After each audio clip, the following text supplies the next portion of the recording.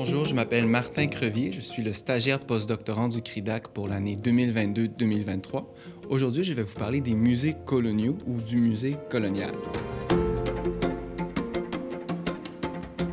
Je suis historien de formation, je me spécialise dans les relations du Canada avec l'Empire britannique au 19e et au 20e siècle. Et je fais ça notamment en m'intéressant aux musées. Je considère que le musée, c'est un peu un nœud dans des grands réseaux d'échanges scientifiques et culturels, et ça nous permet d'observer le mouvement d'idées, de pratiques et d'objets et de personnes à travers les territoires de l'Empire britannique. En histoire, c'est ce qu'on va appeler l'histoire transnationale ou l'histoire connectée.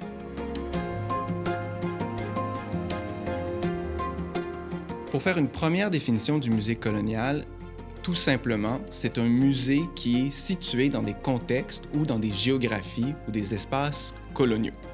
Or, c'est un concept qui est à la fois historique et analytique. Ce qu'on entend, c'est que des acteurs dans le milieu muséal, depuis un grand nombre d'années, vont se servir du concept pour décrire certaines réalités. Or, plus récemment, le concept a une valeur analytique et va servir dans le milieu universitaire dans le cadre de recherche. Ce qui est intéressant, c'est de suivre l'évolution de ce concept et de voir comment il s'est transformé en un concept qui était utilisé dans le milieu muséal et qui est devenu un concept opératoire dans le milieu universitaire. Qu'on fasse référence au musée tout court ou au musée colonial, l'histoire du musée est intimement liée à celle de l'impérialisme.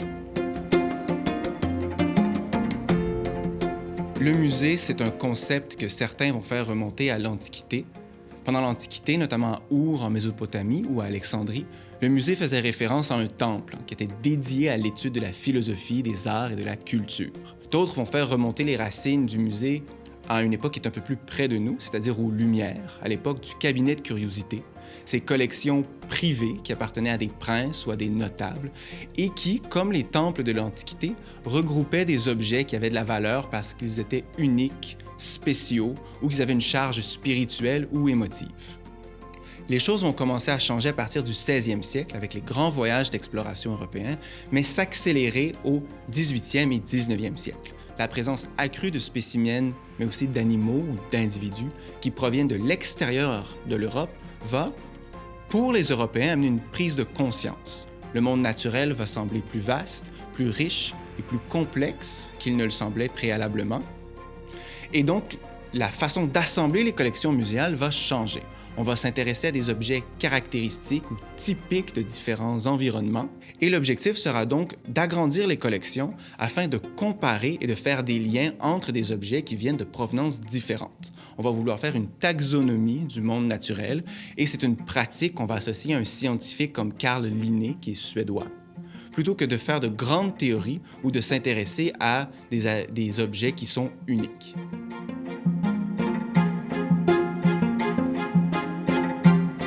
En parallèle, les collections vont également devenir de plus en plus accessibles au public. Avec la révolution industrielle, l'expansion coloniale de l'Europe, ce qu'un Kenneth Pomeranz, par exemple, va appeler la grande divergence, l'accumulation de richesses en Europe va mener à de grands projets civiques, notamment la construction de musées et à d'autres institutions de savoir. Pour un muséologue comme Tony Bennett, cette transformation du musée s'inscrit aussi dans un projet d'homogénéisation de la société. On va vouloir que le musée transmette certains codes et certaines valeurs bourgeoises auprès des classes populaires. On préfère que le bon père de famille, plutôt que d'aller à la taverne ou pire, de frayer avec des représentants syndicaux, amène ses ouailles au musée. Pour deux historiennes, comme Annie Coombs et Sadia Qureshi, c'est donc à ce moment que le musée se met à transmettre des imaginaires racistes ou des visions de hiérarchie civilisationnelle aux classes populaires, et que l'imaginaire impérial transcende réellement les classes populaires.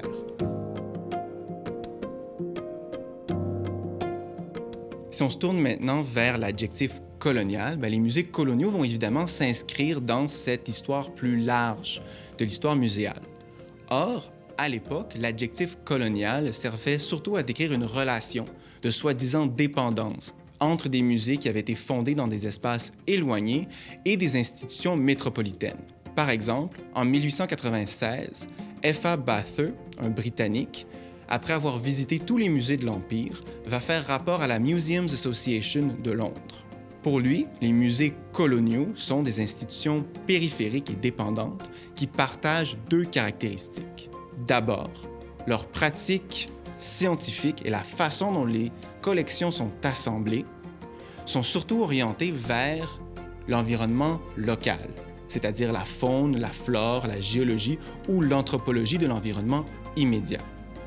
Cela fera en sorte que les musées coloniaux auraient une orientation surtout pratique. Notamment, les géologues des musées coloniaux se mettraient au service de prospecteurs ou d'industries minières encore brouillonnes.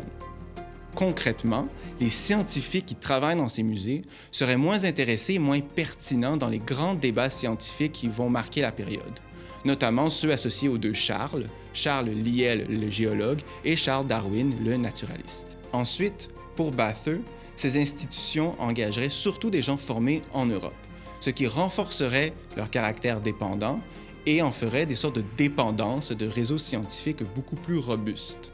Dans les faits, Bather n'avait pas entièrement tort. Il est vrai que les musées coloniaux engageaient surtout en Europe et, d'une certaine manière, ils sont des reproductions des facsimilés de pratiques scientifiques européennes qu'on va transposer dans des territoires coloniaux. Avec leur architecture spectaculaire, un peu comme un opéra ou une assemblée législative, ils étaient des marqueurs clairs de la modernité européenne dans des territoires souvent éloignés. Comme en Europe, l'assemblage des collections est indissociable d'une forme de conquête violente, de la projection d'un pouvoir européen à l'extérieur de l'Europe, qui se fait notamment via la construction de nouvelles infrastructures de transport ou de communication. On peut penser aux chemins de fer ou aux navires à vapeur, par exemple, qui vont projeter des soldats, des colons et toutes sortes de collecteurs potentiels dans des nouveaux territoires périphériques pour l'Europe. Plus récemment, cette vision des musées coloniaux comme étant des institutions périphériques et dépendantes va changer. Deux ouvrages ont vraiment amené ce changement d'interprétation. D'abord, Susan Sheets Piensen, dans Cathedrals of Science, va faire un travail de fond. Elle va vouloir comprendre qui étaient les premiers curateurs de ces musées, pourquoi ces institutions ont été créées et surtout d'où provenait le financement. Sheets Piensen va faire un deuxième argument. Elle va dire que l'existence même de ces musées est un argument contre une soi-disant dépendance scientifique des colonies par rapport à la métropole. En effet, les musées coloniaux étaient des espaces vibrants où il y avait une recherche d'une forme d'indépendance scientifique parmi l'élite coloniale. Le musée Redpath, qui est fondé à Montréal en 1882, peut notamment être interprété comme un désir par la bourgeoisie montréalaise et par la communauté scientifique de l'Université McGill de s'émanciper des réseaux scientifiques britanniques et de créer une propre institution digne de ce nom. John Mackenzie va ensuite s'inscrire en continuité de Susan Sheets Piensen et faire publier en 2009 Museums and Empire.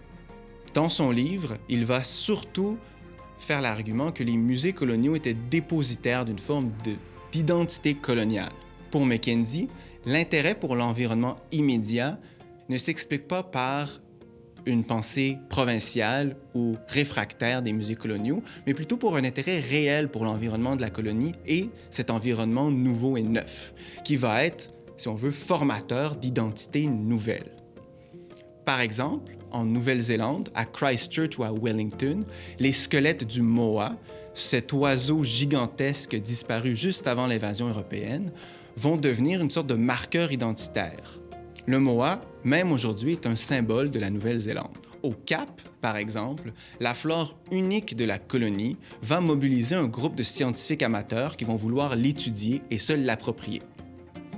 Des associations scientifiques vont graviter autour du musée du Cap et créer une réelle vie sociale centrée autour des sciences.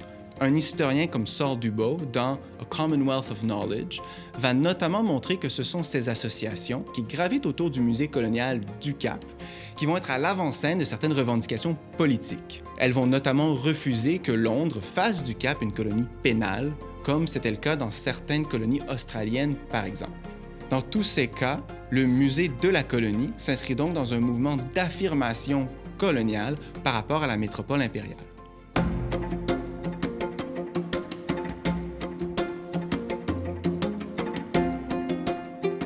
À la suite de Sheets Piensen et de Mackenzie, des chercheurs, dont Amiria Enare, Connell McCarthy, moi-même et Sarah Longhair, vont chercher à théoriser le musée colonial.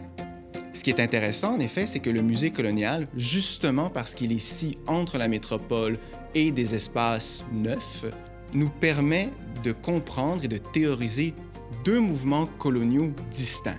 Un premier mouvement qui émerge en Europe et un second mouvement qu'on va associer à des nouveaux centres, c'est-à-dire une ville comme Johannesburg, Montréal, Toronto, Le Cap ou Sydney.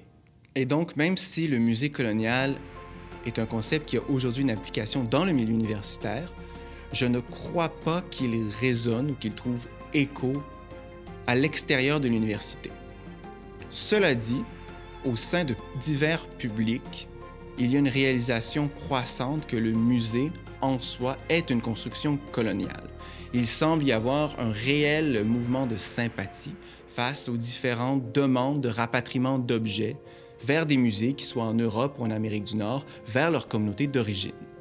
Et je pense que tous ces mouvements s'inscrivent dans une réalisation commune que le musée a une histoire qui est intimement liée à celle du colonialisme.